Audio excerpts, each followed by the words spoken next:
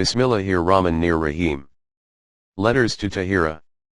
Tahira K. Nam Khatud. By G. A. Parwez. Translated by Mrs. Suraiya Alvi. Chapter 10-11.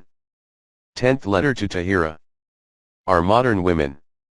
Dear Tahira, I am grieved, like you, over the consequence of Shahida's married life, but we have different reasons to be so. Your sadness stems from the fact that Shahida is your childhood friend with whom you shared good and bad times, and now it is painful to see her pathetic condition. Whereas what saddens me is that Shahida turned a deaf ear to what I had been telling her for so long. That eventually she had to face the expected result, made me shudder just thinking about. The difficulty in our society is that men generally are guilty of high-handedness, and the victimization of women is a general rule. I am hesitating to say that, and you may mind it, but the truth has to be spoken out.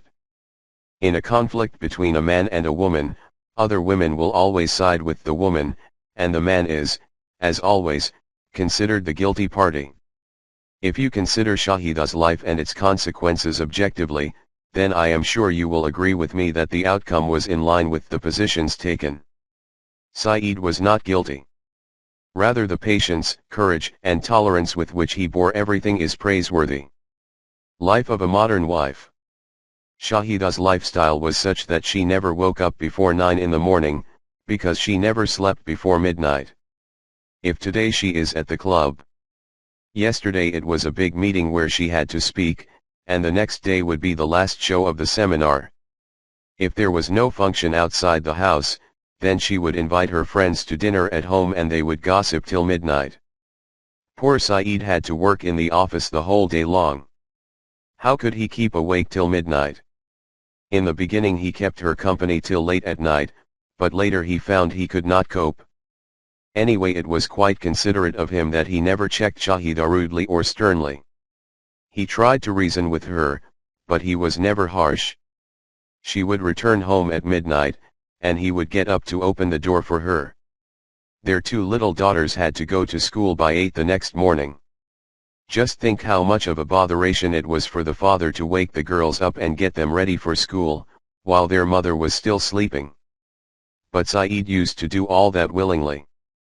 The dilemma was that the elder girl was neither big enough to look after herself, nor was she so small that her father could bathe her and get her dressed for school.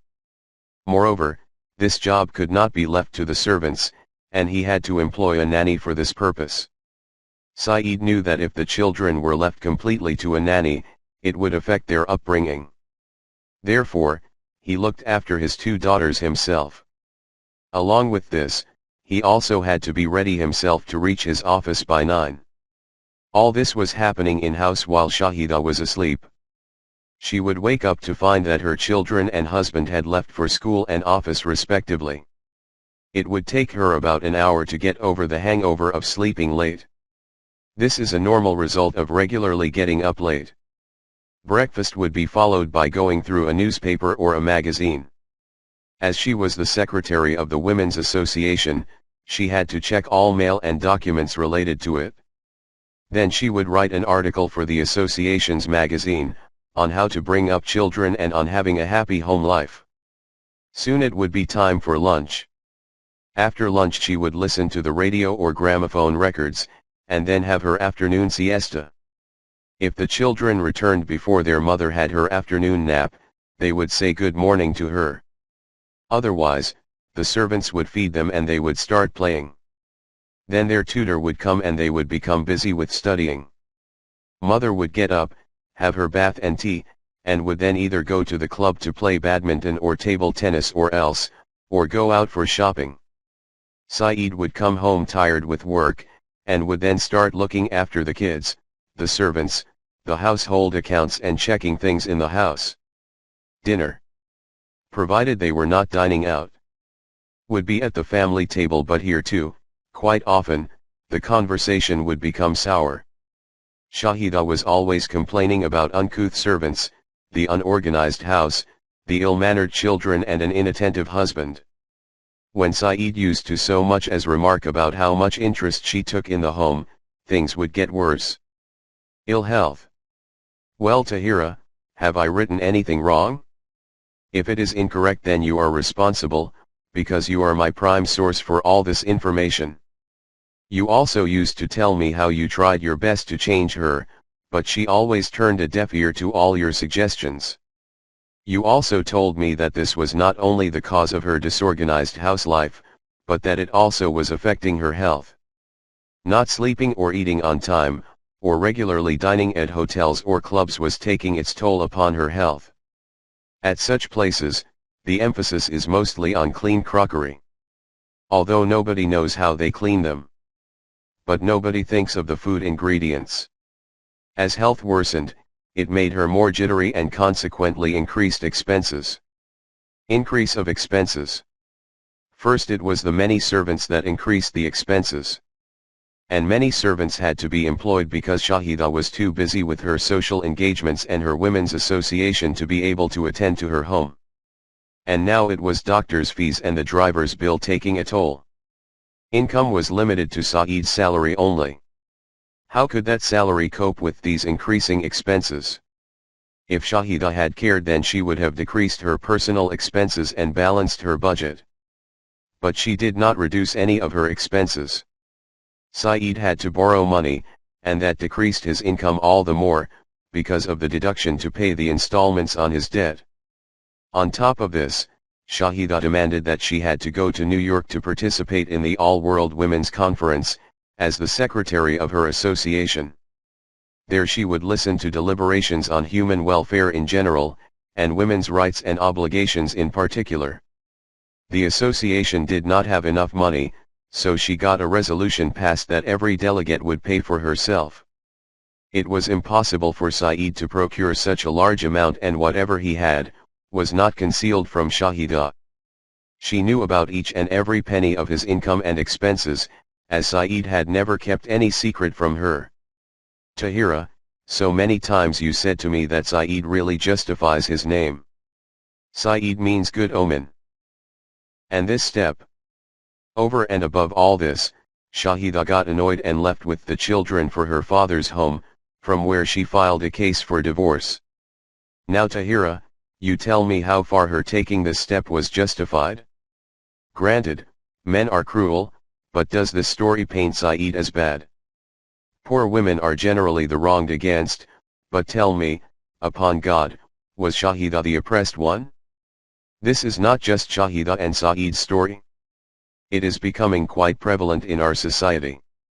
Just as, time and again, some things become a fashion in different societies, in the same manner the slogan of women's rights is becoming a fashion in our society. At least, I do believe that you would not misunderstand my words, because you do know how depressing women's subjugation is to me, and how much of an advocate I am for women's rights. And why not when Quran itself is such a great proponent of them? Women's responsibilities. All I want to say is that every right is accompanied by a responsibility. Our ladies who are promoting women's rights are putting forth great demands, but they simply do not mention a single responsibility of their own. I am ready to fight for every right that has been given to women by the Quran, and which has been suppressed by men who use religious laws which were formulated during the reign of suppressive kings as shields. With all the force at my disposal. You know I have been fighting for this since long, but along with it I want to remind my daughters and sisters of all the responsibilities which they have to shoulder, as women. Being envious of a man. Whether you admit or not, Tahira, it is a fact that in our times, subconsciously, women have come to think that it is an utter disgrace to be a woman. This creates a conflict in their minds, which manifests itself in such slogans that women are equal to men. All the jobs which men can and will do, women can and will do too. On the surface these slogans sound so revolutionary and seem to raise the status of women. But my dear daughter, our sisters have yet to understand how much these demands and slogans are depressing their status.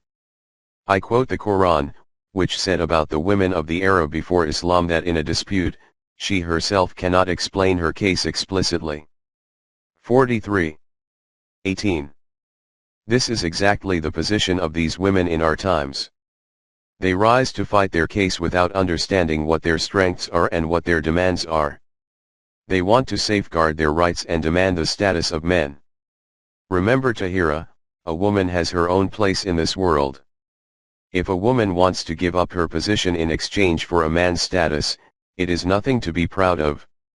This, on the contrary, makes men believe that they really do have a higher status, which in turn makes women clamor for and demand their rights. Duties of men and women. In nature's scheme of things there is no difference between the status of men and women. However, their duties are different. Their physical and biological differences reflect these duties. This difference, in fact, is the reason why a greater part of a woman's life is spent away from the practical realities of life. Consider, for example, the responsibility of pregnancy, childbirth, lactation, or nursing an infant.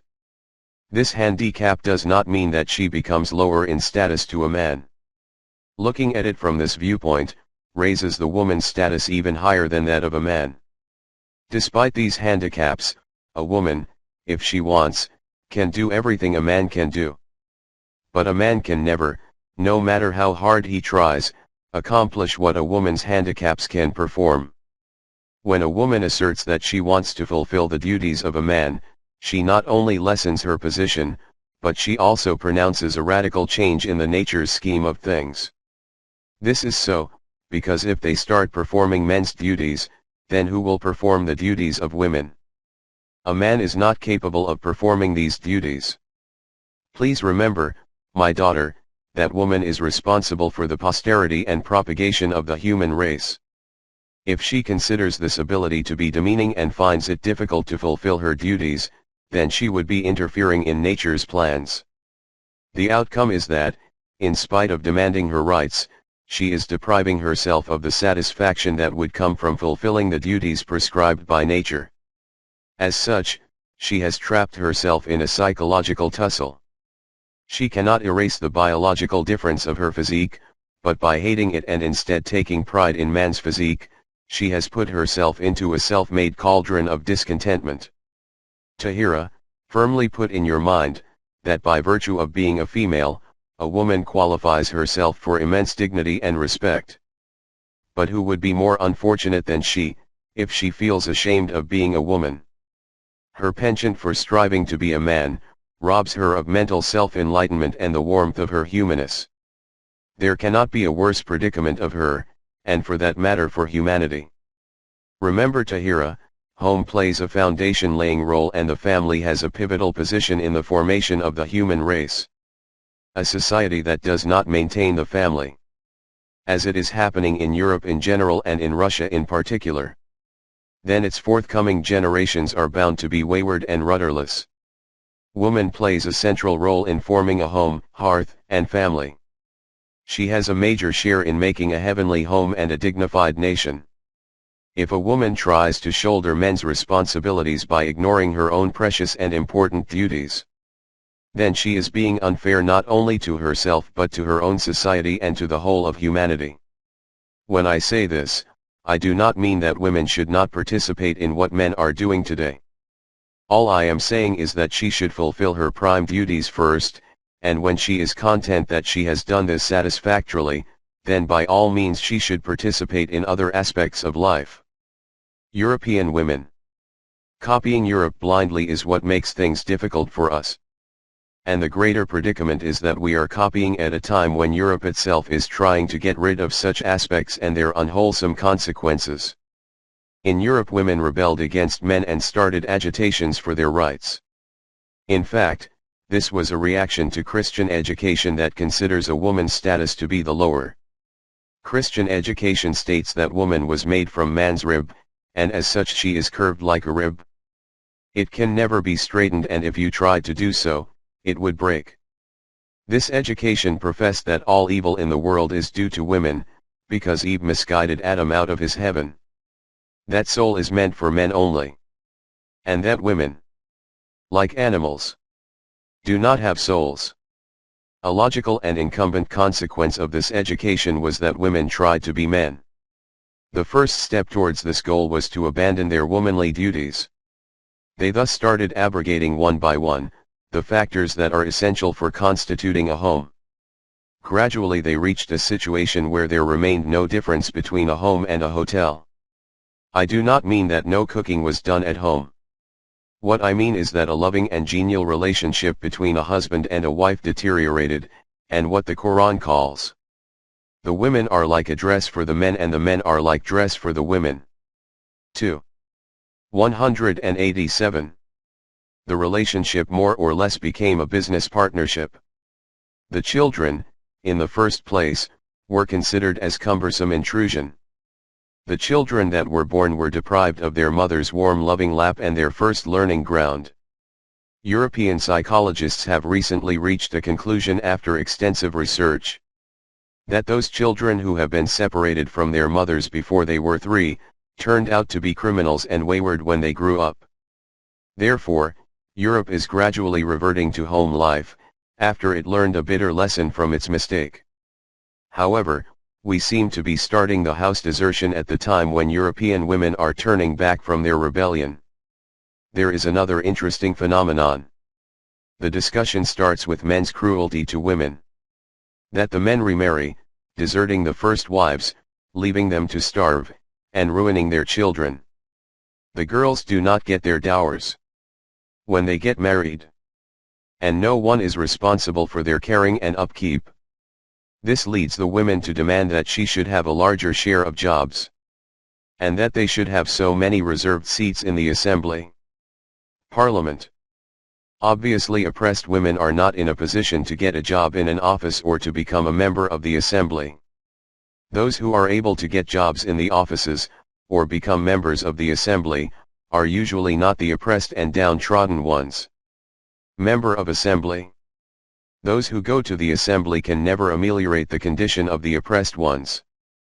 As you know, I am not against women becoming the members of the assembly, but a woman who comes forward to safeguard the rights of her class, whether it is in the arena of leadership or in the House of Assembly, we should first check what she has done to set her own house right. How is her relationship with her husband? How much time does she spare for her children's nurturing, education and care? How much time has she given to the oppressed and poor class of women? Has she taken any practical steps to lighten their burden? Please listen again, we have to check as to what she has done practically. Our leaders and representatives do not go beyond making speeches, issuing statements and getting resolutions passed. I need not dwell upon these things in detail because, these are all the things which you used to say to Shahida. Then she used to brag about reforming the whole society. Rather humanity. Right? But her own house was in disarray. She used to formulate programs on how to care, nurture, and educate the whole future generations on correct lines. And she herself never even asked her children as to what they did or what they studied. She tells all the women of the world how to win their husbands' hearts, but she herself could not succeed with a husband like Saeed. In her essays, her heart bleeds for the condition of the wronged and oppressed women. But she is absolutely ignorant about the real lives of these downtrodden women and their living conditions. She reproaches others for not doing anything for their daughters and sisters who do not have enough to wear, while she orders silken brocade mattresses for her dogs and for herself. Tahira, you yourself used to reprimand Shahida for all these things. After all this, what do you think would be the outcome of Shahida for leading such a life? As for the welfare societies she used to form for the betterment of those women, what example can she set for them? Practical example. Remember, my dear daughter, the person capable of reforming a society is the one who can say with full confidence, to a gathering of not only his friends or admirers, but his adversaries, I have lived my whole life among you, can you not surmise whether my claims are truthful or false? 10. 16. The one who cannot make such a statement can neither have a successful life, nor revolutionize a society. Until the Shahida of our nation can look after her own house and herself, she cannot become the caretaker of humanity. 2. 143. Quran assigns this duty to the Muslim nation. This is the stable system of life. 30. 30. It is generally said, don't see who is saying it, but listen to what is being said. Meaning, if somebody advises you to do good, do not reject it by saying, physician, heal thyself. You should evaluate whether whatever is being said to you is good or not. If it is good, follow it; if not, then reject it. This maxim is true, but it only applies to the person who is being advised. It is also necessary that the advisor should adhere to the principles he is propounding, otherwise his expositions would not be effective. Actions always speak louder than the words. People, not conforming to their principles in their practical life, can never reform a nation. This is the main reason why our women's associations have not been effective. The women of these associations who want to reform others, lead lives that require much desired reforms themselves. If they can set their own homes in order and then come out to reform, then you will see how their efforts will bear fruit. But if they want to keep a house like Shahida's and then want to set their nation straight, then it is nothing more than deceiving others, besides themselves.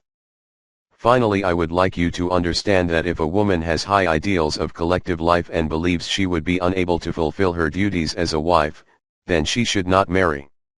However, exception should be made for a person who is fully equipped to live this kind of life. But if she marries, then family duties should take the priority. Peace be with you. Parwez. 11th letter to Tahira. The importance of minor matters at home. My dear Tahira, you must be wondering about the fact that on the one hand, the Quran suffices with basic instructions on important matters of life, while on the other hand it gives specific guidance on minor matters in society. For instance, don't be caustic to people. Do not shout or yell. Do not be arrogant. Get permission before you enter somebody's house. How you should sit formally. If you have completed your work, do not waste other people's time in aimless talking, etc. etc. But my dear, perhaps you have not pondered over how important these little things in life are. Major problems are faced in life occasionally, and these are generally confronted by special people. But you come across these everyday happenings at every step in a society, and by everybody. Small happenings. The foundation of the fort of life, no doubt, is built upon those facts which the Quran describes as principles, but the rest of the building is constructed on it by these bricks which are known as the daily small happenings.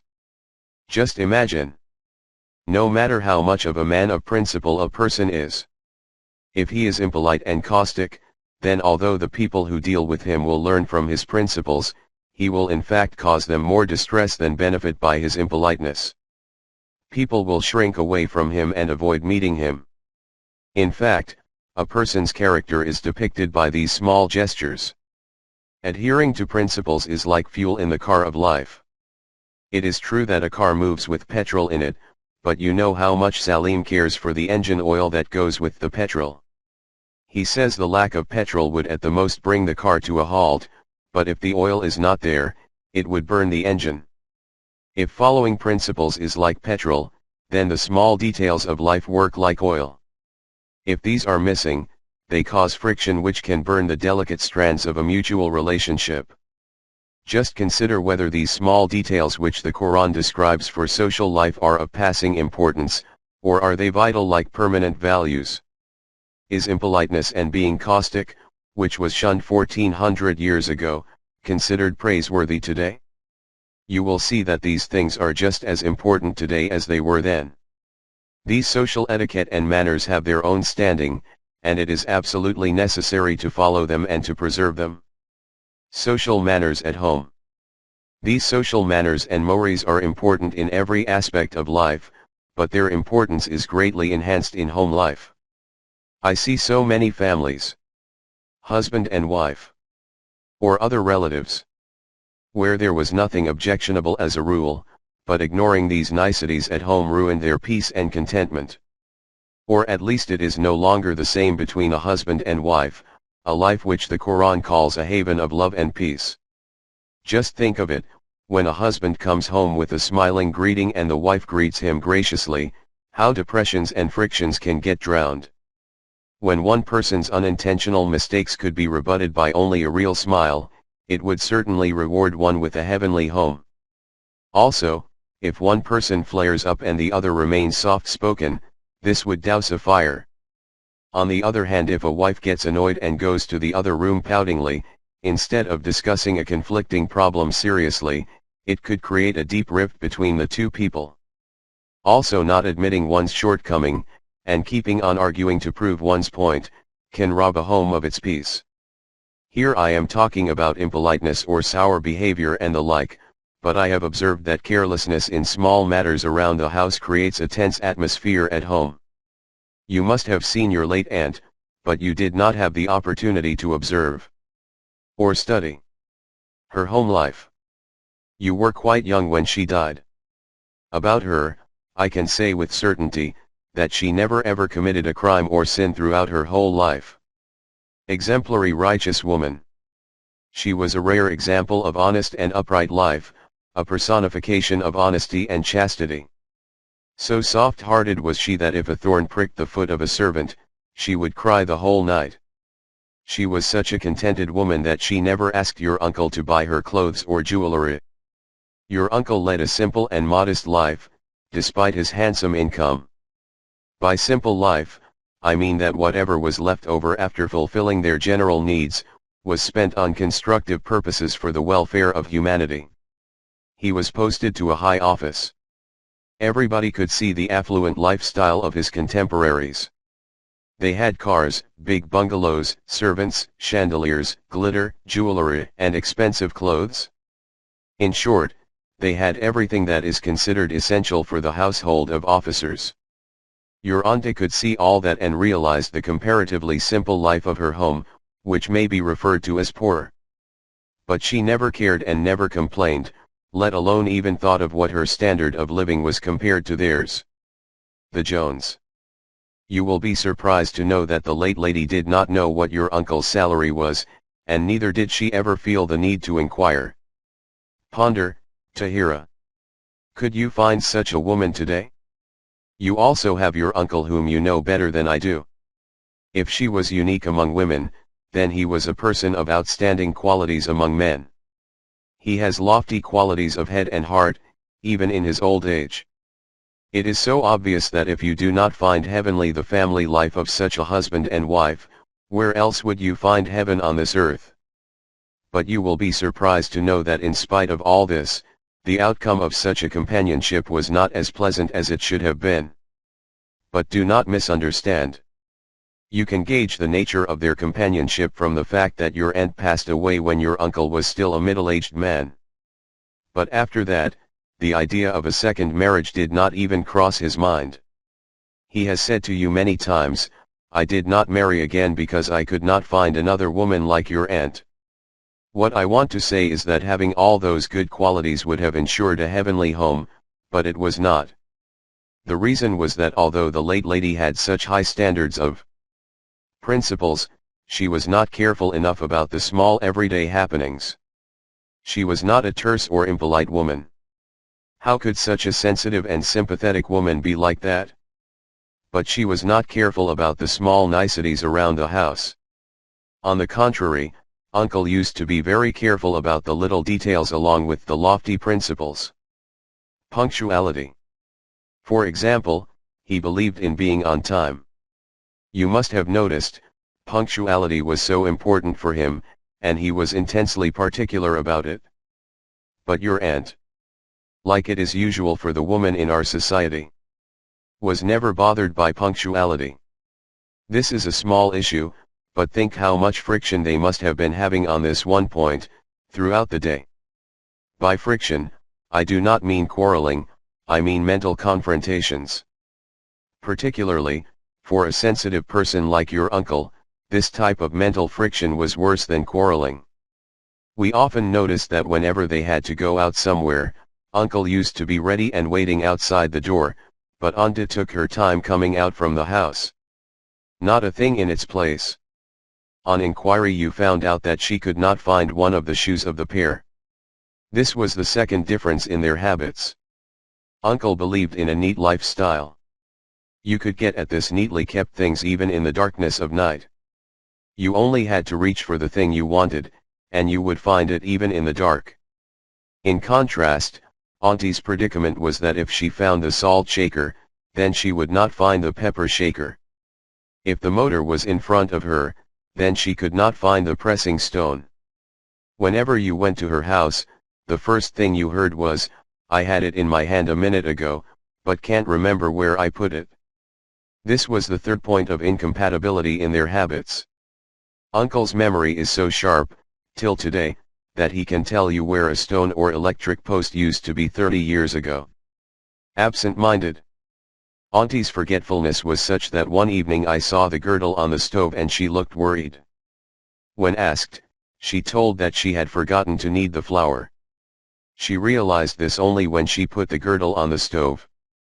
On the other hand, Uncle's habit was such that if he would not get his meal on time, then he would not eat. Mismanagement. We had seen that when heading towards the bathroom from his room. On the way he would straighten a bed, or move a chair to its proper position, or arrange a curtain properly, or pick up a child's misplaced book and put it in the satchel. But when he reached the bathroom, he would notice that soap was missing, but the towel was there. If his shirt was there then his vest was not. He used to protest loudly over this. He knew how heavily the scales of untidiness tilted towards his wife's good traits. These drawbacks of her were due to wrong upbringing. He felt quite unnerved by it, as you can guess. But do not measure your aunt as raw material in household affairs or management. Absolutely not. The only thing was that she was not as careful as your uncle about small niceties around the house. It would not have mattered if your uncle, too, was like that. However, since his disposition was different, he used to suffer. If only Auntie would have tried a little, it would not have been difficult to overcome her shortcomings. She should have done so. Now, your friends, if not you, would surely remark, "See, Mr. Parwez is after all a man, so he has sided with men. He says, Auntie should have changed and made her habits congruent with Uncle's. Why does he not say that Uncle should have tried to walk along Auntie's traits?" But dear, if you look carefully, you will discern the fact that I am not for or against anybody. It is obvious that Aunt's carelessness was not a good habit. On the contrary, Uncle's lifestyle was commendable. That is the reason why I have said that Auntie should have changed her habits to eliminate the friction. If Uncle would have been the careless one, and Auntie careful, then I would have suggested the same thing for Uncle. If you ask, what if both had been careless? Then either they would have corrected their habits with mutual consent, or if that was not possible, then they would have gone along with each other without friction. Compatibility. But how this kind of careless home affects children is quite obvious. It is absolutely necessary for a husband and wife to be compatible, first of all in principles, then in matters of habits and directions. Do you know why Quran forbids the marriage of a believer mu'min to a non-believing mushrik woman or vice versa? 221. Faith and disbelief are two antagonistic principles that take you to two different tracks of life. I have told you this many times before. Quran wants to highlight this fact that men and women of antagonistic beliefs can never have a harmonious married life. If two such people do get married, then they would have a life of hell. Quran says, people who want to perpetuate such a relationship do beckon you to the fire. But God beckons you, as per this commandment, to a life that promises to be heavenly and protects you from destruction. 221. Have you pondered, Tahira, why Allah considers the incompatibilities in matrimonial relationships as hell? These verses bring forth principal differences in faith, which are widely opposite ways of life. The Quran goes as deep as to say, women impure are for men impure and women impure for men impure. In contrast to it, and women of purity are for men of purity and men of purity are for women of purity. 24. 26. Impure and pure are very concise terms of Quran. They encompass the purity and impurity of mind and heart, piety and sordidness of habits, and of a character being pleasant or unpleasant. Quran discerns the compatibility of beliefs and practices as a basic condition for a husband and wife. It ties a hellish man with a hellish woman, and a heavenly man is strung together with a heavenly woman.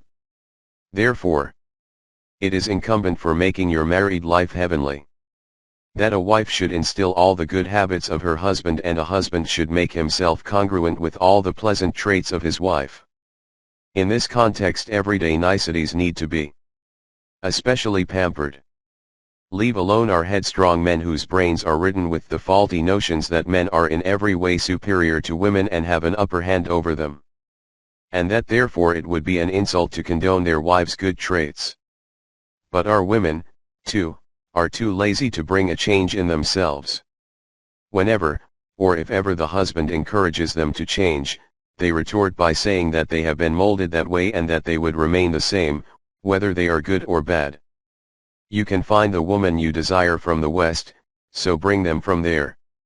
Just think, my daughter, what a negative mentality this is, and how destructive this kind of foolishness could be. If a husband and wife's relationship is like a body and apparel, then they have to fit to each other. The apparel should fit the body. The Quran says, "They are your garments and you are their garments." 2. 187. Now do you understand why the Quran emphasizes the everyday niceties, and how important they are for home life? God be with you. My blessings for young Javed. Please listen, by no means should your uncle see this letter. He just cannot stand anything said against your late aunt. That respected lady had such a high character, and what a husband he was, with such a purity of thought. Where one would find such people now? Parwez, July 1956. Talyu Islam Trust. 25B, Gulberg 2. Lahore, Pakistan. taluiislam@gmail.com